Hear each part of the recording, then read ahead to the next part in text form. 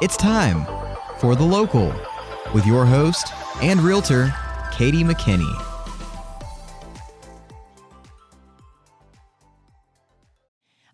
One thing I was going to kind of hit on, how obviously we talk about the food and the misconceptions there, but what about the team? So you've got many employees. I mean, you've got to get all of these, working efficiently. How do you manage a team of employees like you do?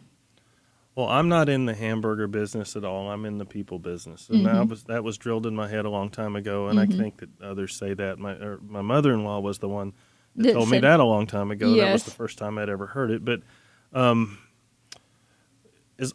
the objective is to meet your needs, and you meet my needs, right? And we talked briefly before before we went live, I guess, about the servant leadership model, and it works every time it's tried. I mean, it just does. And so, when my objective is to help you, and your objective is to help me to the best of our abilities, it works. And that's true with relationships. That's true in organizations. That's true anywhere, in a group, in anything. One-on-one, larger groups, whatever. But when I'm not looking out for me first, when it's a game where you got to lose for me to win, we've got a problem. Yes. And so so my objective is to meet their needs, respect, and appreciate what it is that they do. And really, there's studies done, and it doesn't really matter what industry you're in. Pay is not the most important thing. Right. It really isn't. Yeah. And there's been a lot of surveys over that. Is. Yeah. And so what is the most important thing? They say it's the people. It's the environment and the atmosphere and the health of the... Yes, exactly. Yeah. So that's the most important thing. So, my objective is, of course, it's a two-way street. And a lot of times, especially with kids, they come in with the idea that they're there to get money, and as I was as a teenager, with as little effort as possible and the largest paycheck as possible. Yeah.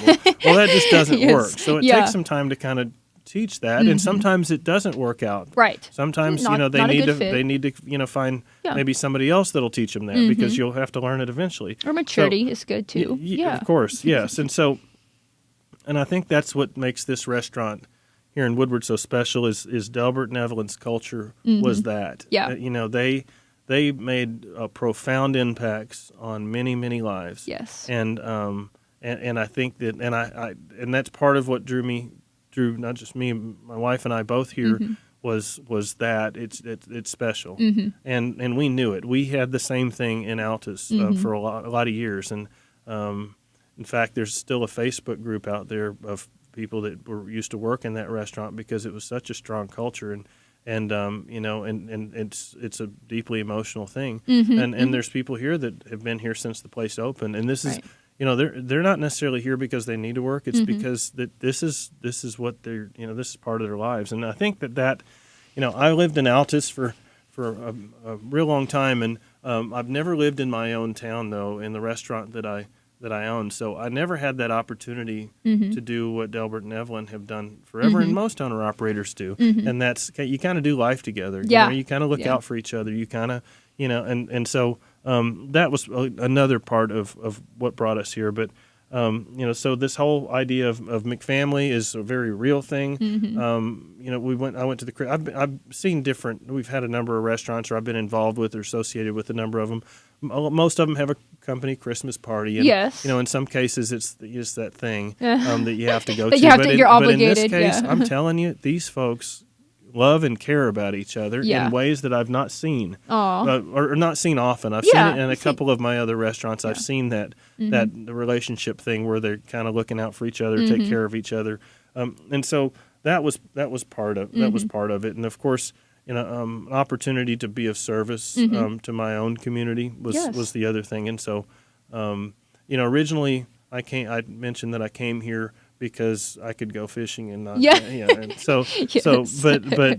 but that's evolved over the time. That's not nearly as important to me now. I mean, obviously it's necessary. I mean, the things got to work. I mean, it's just the financial side's got to work, and that's a challenge. And has always been a challenge for me. I started with nothing. I borrowed everything. I paid everything back with interest.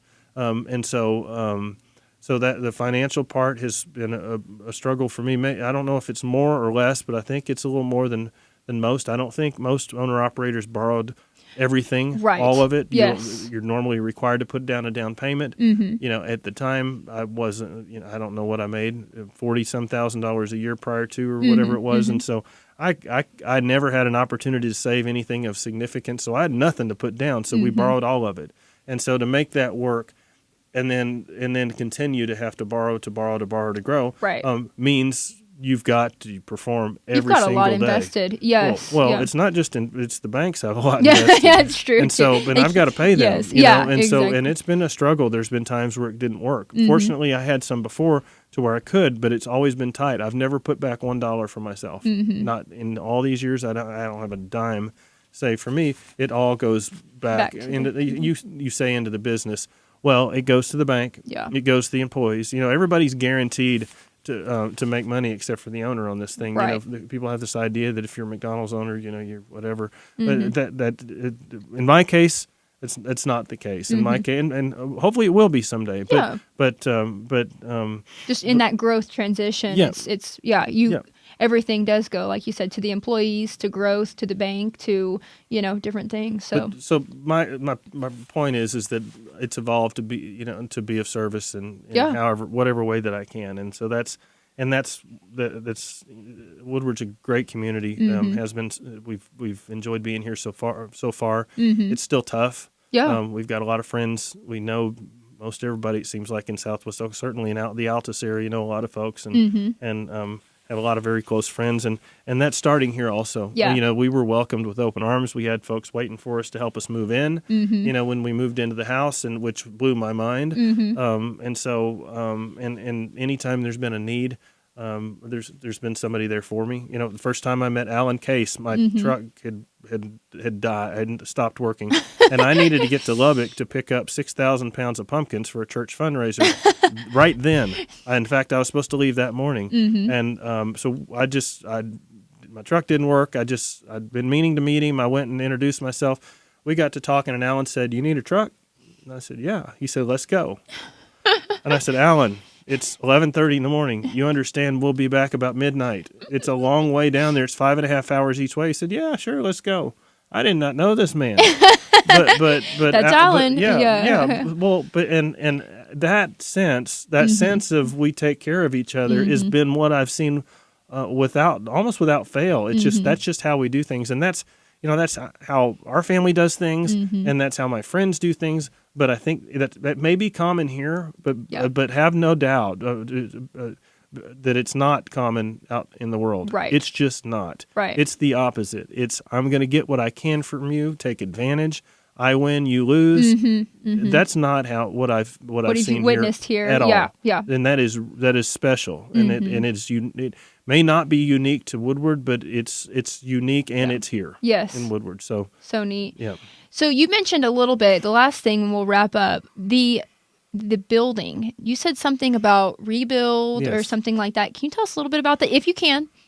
It's top secret. Yeah, top secret. That's what we try to get out, secrets on the podcast. It's not top secret at all. In fact, I've got somebody working on a board. I don't know if you call it a storyboard or what, but we're to put up something. I know there's a lot of interest. Yes. And so and I've got some renderings outside, inside of the restaurant. Kind of what it is that we're going to do. Let me just say this: I've heard rumors that there's not going to be a playground. I don't know who started that rumor, but it wasn't me. You'd think you'd want to ask me, yes. And so I don't know why, and maybe it's because some don't do that. But yes, there's a playground. That's a big part. Where else? There's not a ton of places to take kids, especially when the weather's not great. Maybe to do birthday parties and so forth. I'd like to do birthday parties. Again, I'm not sure if we've ever done birthday parties here, but I'd sure like to do that if that's possible. So the playground's staying. Yeah. Okay, yeah. cool. And there'll be some changes, obviously. Yeah, I mean, of course. You've been to some of the newer design restaurants, and they've got the kiosks. I'm not a fan as a customer. I don't like the self-checkout at Walmart any more than I like it at McDonald's. But you know what? We were at a McDonald's the other day and walked in, and they were busy at the counter, so I went to the kiosk, I placed my order, and guess what? And I didn't have to wait in line. And so sometimes it's convenient. Yeah. So there'll be 3 of those in the restaurant. A lot of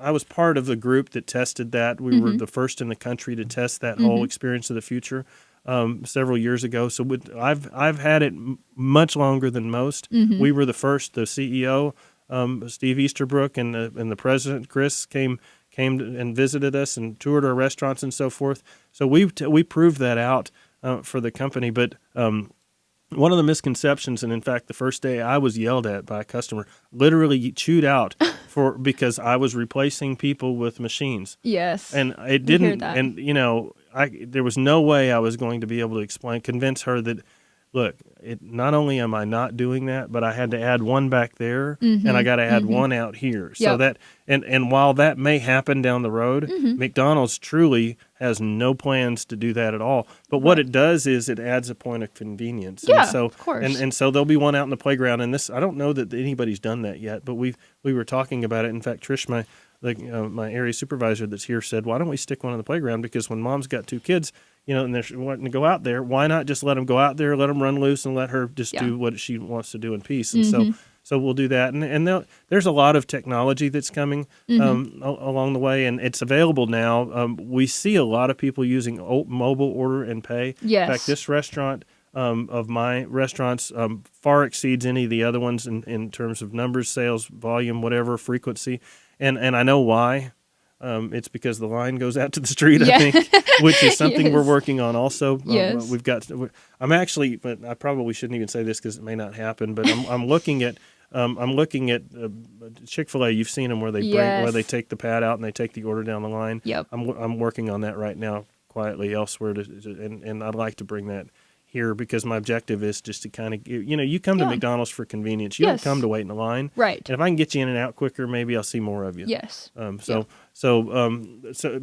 right now, so there's some technology available, the mobile order and pay. You've got the app. Eventually, we'll know that you're on the parking lot, what you like, what you don't like. It may come up and say, hey, and it's a convenience thing. To me, it's a creepy thing. To younger people, they like it. It's convenient. Exactly. Anyway, there's some other technological things that are coming, but I can promise you this: it'll be as nice as it gets. It will be done right. It'll be one of or the nicest facility here in town, and we'll do it right. So that's neat. So we start construction mid-August, perhaps. Okay. Could be a little bit earlier than that.